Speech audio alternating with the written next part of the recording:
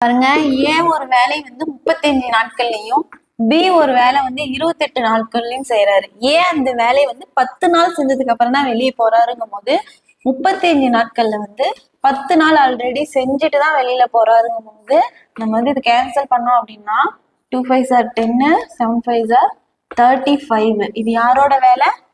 ஏவின் வேலை. ஸோ இந்த மாதிரி மீதி யாரு எந்த வேலை செய்வாங்க, மீதினாவே நம்ம வந்து 1 மைனஸ்ன்னு எடுத்துக்கணும். 1 மைனஸ்ங்கிறதுனால ஏவோட வேலையில இருந்து 1 மைனஸ் பண்ணோம்னா நமக்கு என்ன கிடைக்கும்? பி வந்து மீதி என்ன வேலை வந்து செய்வாருங்கிற ஆன்சர் நமக்கு கிடைக்கும். ஸோ இதை நம்ம வந்து இன்ட்டு பண்ணோம் அப்படின்னா 7 1s are 7. இங்க வந்து பிளஸ் இருந்தா பிளஸ் போட்டுக்கோங்க, மைனஸ் இருந்தா மைனஸ் போட்டுக்கோங்க. இங்க மைனஸ் இருக்கு, மைனஸ் இருக்கிறதுனால 2 போடுறோம். இப்போ 7 மைனஸ் 2 5/7 தான் என்னது? பியோட மீதி வேலை.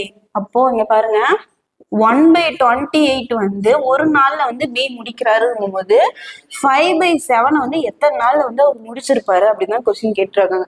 மீதி இருக்க வேலைன்னா அதுதான். இப்போ வந்து கிராஸ் மல்டிபிள் பண்ணோம் அப்படின்னா 5/7/1/28 நமக்கு கிடைக்குமா? இப்போ 1 × 5/7 என்ன வரும்? 5/7 வந்துடும். பை 1/28. இந்த பை வேல்யூ என்ன பண்றோம்? இன்ட்டுக்கு மாத்திரம் போது என்னவா கிடைக்கும்? 5/7 × 28/1 அப்படின்னு சொல்லி கிடைக்குமா? 7 டேபிளால கேன்சல் பண்ணோம் அப்படின்னா 1 7s are 7, 4 7s are 28.